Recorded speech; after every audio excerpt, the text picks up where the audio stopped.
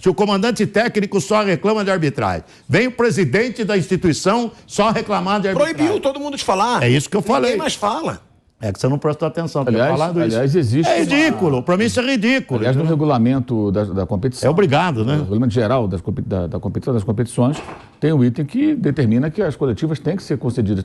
Tá tudo escrito lá. Aquela entrevista que é dada para a televisão, detentora dos direitos, né? Antes do jogo, aquilo tá tudo lá. Não é, o técnico vai falar aqui porque ele é gente boa. Não, ele vai falar que ele tem que falar. É obrigado. Antes do jogo ele tem que falar. Mas não tá falando do Palmeiras. Não, digo, antes do jogo tem que falar que está escrito lá. E depois do jogo tem que ter a coletiva. É tudo detalhado. O clube tem que colocar um profissional de imprensa para acompanhar a coletiva, tem que oferecer as coisas, está tudo detalhado. E tem algumas penalidades. Não sei se a CBF, lá, o seu setor responsável, né, por esse tipo de situação, vai acionar o STJD, o que vai acontecer. Mas, gente, se for assim, vai virar uma bagunça amanhã. Hoje é um clube que não fala, amanhã é outro que não fala. Goiás hoje não falou também. Aí você fala assim, vamos fazer uma liga. Tudo bem.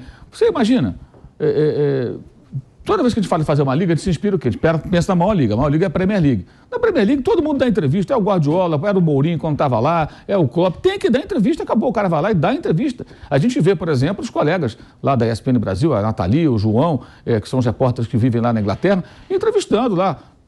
Tem que dar entrevista. E não é só para o brasileiro, claro, dá para o inglês, para o brasileiro, para o belga, para o cara lá do Camarões, que tiver direito, vai entrevistar. Então os profissionais passam e falam, isso faz parte do pacote de direitos de transmissão, quando você vende. A mesma coisa acontece na Fórmula 1, os caras dão entrevista. Não é assim, hoje não vou falar, hoje eu não quero. Então você imagina amanhã se vários clubes adotarem isso por uma conveniência. Porque é muito simples. E outro detalhe que eu acho que é importante no caso do Palmeiras, é muito cômodo para o jogador do Palmeiras. Eles não erram. Porque quando perde, a culpa é da arbitragem. Claro. Não precisa dar entrevista. É bom, né? Tranquilo. Tira a responsabilidade do atleta. Você nunca tem culpa. Ontem, por exemplo, se o pênalti fosse marcado e o Flamengo vencesse o jogo, convertesse, fizesse 2-1 e vencesse o jogo, quem seria o vilão? Seria o Richard Rios. Mas a culpa talvez fosse colocada em cima de alguém. Não, não foi pênalti. Porque não sei o quê. Sabe? Então é muito cômodo. O jogador está na situação assim que... Para mim está tudo bem, eu nunca tenho responsabilidade, eu só tenho méritos. E o jogador, ele tem que ser responsabilizado, seja ele qual for, quando ele vai mal, quando ele comete um erro, quando ele compromete a atuação de uma equipe. Então, assim, é uma coisa meio maluca isso aí que está acontecendo. E é preciso que a CBF tenha algum tipo de atitude, porque se está no regulamento, ou ela faz isso, ou vai virar uma... Já não é um primor, né, o Brasil, em termos de organização de campeonatos. Melhorou, mas não é um primor. Você vai ter uma grande bagunça amanhã, vários não vão falar, porque é muito cômodo.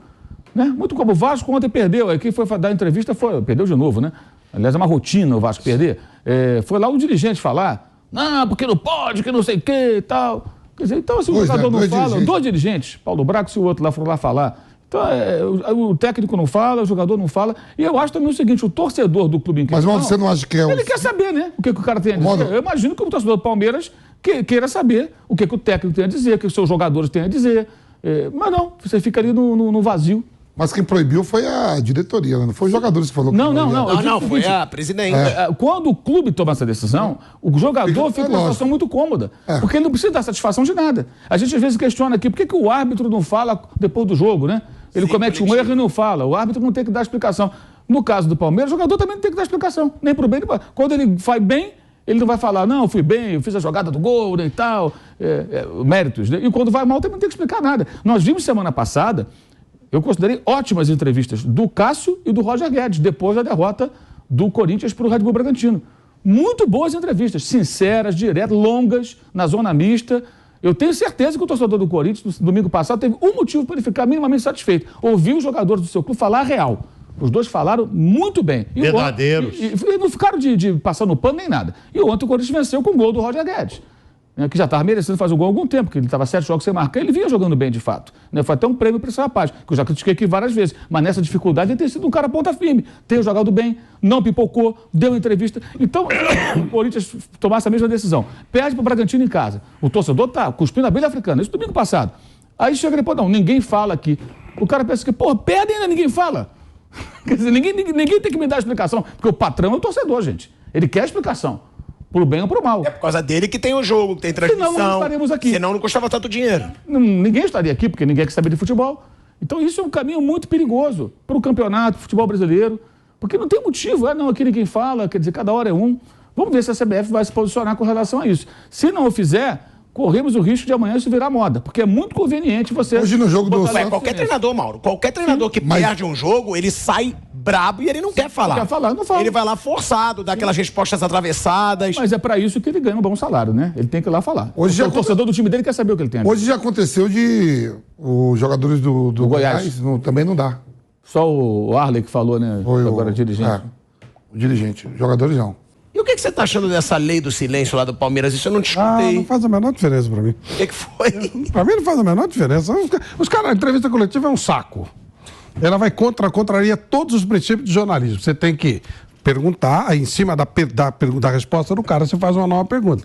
Né? E aí eles quebram. Aí põe o cara que é o chapa branca pra quebrar a entrevista e tal. Então um porre. Entrevista coletiva normalmente só enche o saco. Tá bom, mas é importante pro torcedor. E o jogador é media training. Mas o torcedor gosta de ver Não o que sei, será que gosta? E media training, eu no Mesa Redonda, às vezes eu colocava coletiva, a audiência fazia assim, os caras não tem muito saco pra ver Não, aquele mas eu concordo com você. Aqui também. A gente mal coloca porque a galera gosta de ver o debate. É um saco. Mas o torcedor gosta de ver depois o que o treinador falou. De vez em quando só é uma coisa que presta, mas 99% das vezes não serve pra nada. O jogador, já passou, vamos pensar no próximo jogo, media training e tal. Então, pra mim, não faz a menor falta. Eu sei que tá na regra, tá tudo bem, mas eu não presto atenção no que os caras falam, não. Sinceramente, é um saco. 99% das vezes enche o saco. Tá bom, eu não e a gente ganha tempo. Eu não perguntei se você presta atenção ou não. Não. Eu te perguntei o que você acha da decisão. Pra mim é indiferente, porque Tá bom, mas o que enche você o acha meu da decisão saco. do clube de manter o silêncio, ninguém vai falar? Indo de encontro à regra que acontece em comum para todo mundo. A regra tem que ser cumprida por todos, mas pra mim, se na regra fala assim, não é obrigatório, é ótimo. Enche muito saco. Normalmente tem exceção de saco, exceção de linguiça, é entrevista chapa branca. Quando o negócio engrossa, os caras põem um cara que é da chapa branca pra quebrar a entrevista. Então, é um porre. Agora, tá na regra, tem que falar. Mas pra mim, faz a menor diferença. Se outros não quiserem falar... Tá aí a regra, que foi até puxada pelo Mauro César Pereira. Tá aí, a coletiva de imprensa após o fim da partida é obrigatória. A escolha das perguntas, a seleção dos profissionais que vão perguntar, a duração da coletiva e o acesso ao local são de inteira responsabilidade do clube que está realizando a coletiva, mandante ou visitante. Em até 30 minutos após o apito final, deve-se iniciar a entrevista coletiva do clube visitante. Em seguida, será realizada a do mandante. Uma palhaçada também, o que eu vejo que a escolha das perguntas é feita pelo clube, que aí é o que eu concordo com você. Vão pegar sempre o chapa branca, sempre o amiguinho, sempre o que recebe informação de dentro do clube. Se alguém falar alguma coisa... Sempre o que tem boa relação com o engrossar e já põe o outro pra quebrar, é uma palhaçada. Não, é isso. Se é coletiva de imprensa, tem que dar o direito pra todo mundo perguntar. Exatamente. Como Senão não dá... é coletiva de imprensa. Mas é o que eu tô falando. Senão vira uma baboseira. um pronunciamento do clube. Exatamente. Porque você só bota pra perguntar os Ação amiguinhos. entre amigos, É lógico, isso eu concordo. Não dá nada. Isso eu concordo. É uma regra que aí eu concordo com o Flávio Prado, Mauro, né? Você deveria, se é com a coletiva... Aí a CBF deveria ter a equipe dela, de profissionais, para fazer esse tipo de gestão da coletiva, né? Então você vai ter ali o jogo no Allianz Parque, Palmeiras e Flamengo. Então vai estar lá quem? Fulano de tal, contratado pela CBF, pela organização do campeonato, e ele vai fazer o encaminhamento das duas coletivas, né? Isso seria o mais, digamos assim, indicado, o mais adequado, né? Porque aí esse cara, em tese, não vai ficar se preocupando em, digamos assim, entregar a bola de bandeja para alguns caras que vão fazer perguntas. Aliás, tem umas coisas em coletiva, essa semana eu vi uma do Flamengo lá, isso vira e mexe acontece. Não, porque a nossa defesa, o nosso ataque, o nosso time, no segundo tempo, eu fico indignado. Cara, é coletivo de torcedor, gente. Já vi aqui coletivo também. de imprensa. Não tem nosso, tudo bem. Você torce por aquele time, mas naquele momento você está no exercício da sua profissão. Não tem cabimento. É que nem um cara que vai para a tribuna de imprensa e comemora gol. Vai para arquibancada, irmão. Se você vai para a tribuna de imprensa e não consegue se comportar de maneira neutra, você não pode ser jornalista esportivo. É isso. Vai para a arquibancada, compra o teu ingresso, fica lá, você pode gritar, pular, fazer o que você quiser. Eu quando comecei nessa profissão, os primeiros jogos que eu fui no Maracanã, e no Maracanã tinha lá a plaquinha lá, né? No antigo Maracanã, naquela tribuna de imprensa onde o João Saldanha sentou várias vezes, o Nelson Rodrigues sentou várias vezes, grandes Armando Nogueira. O Armando Nogueira e vários outros, né? E lá tinha uma plaquinha lá, não pode torcer, não pode entrar com camisa de time, nem com criança. Se você levasse uma criança e tudo, você não podia entrar com um garoto todo fantasiado com a roupa do Vasco, do Flamengo, do Fluminense, do Botafogo, do América. Não pode. Quer dizer, é uma questão de conduta. Você está trabalhando ali, cara. Aí o cara vai na coletiva, não, porque parabéns pela vitória, professor. Hoje a nossa defesa não soube bem no primeiro tempo, mas depois nós conseguimos contornar. Porra, peraí, nós o quê, irmão? Por isso que É a modernidade. Fim da picada, isso é avacalhação. Para o torcedor isso é ruim. Porque o torcedor, ao invés de ter ali alguém fazendo perguntas que vão tentar tirar do entrevistado algo que ele quer ouvir, só fica a sua rasgação de seda. E mais, né? Por isso que eles conseguem criar essa coisa da conspiração, do sistema, porque é todo encaminhamento para aquilo, né? Outro dia a Leila falou assim, ela estava dando uma coletiva, ela dizia assim, o que o João falou está certo. Ué, cabia perguntar, então a senhora acha que é um sistema contra o Palmeiras? Ninguém perguntou. Ué, o João falou um monte de bobagem. Ele falou bobagem, um monte de... Nossa Senhora. E ela disse assim, não, que o João falou está certo. E ninguém perguntou, a senhora está querendo dizer que tem um sistema contra o Palmeiras? Ela concorda com o que ele falou. Não falou. Então, sabe aquela coisa? Não dá, gente, não serve, não dá. Então não faz a menor falta. Pode. Se é esse o protestinho desse, pode protestar, pode. Eu prefiro falar aqui, falar o que eu quero e não ouvir a baboseira lá de coisa armada, ação entre amigos, isso aí... E aí tem aí, né, a arte que a gente colocou, que não seguindo essas regras, a inobservância ou descumprimento deste regulamento, assim como dos RECs, sem prejuízo de outras penalidades estabelecidas no presente regulamento, sujeitará o infrator às seguintes penalidades administrativas, que poderão ser aplicadas pela CBF de forma cumulativa ou não. Advertência, multa pecuniária administrativa no valor de até R$500 mil a ser revertida em prol de causas sociais. Não faz mais coletiva, mete 500 mil em cada jogo.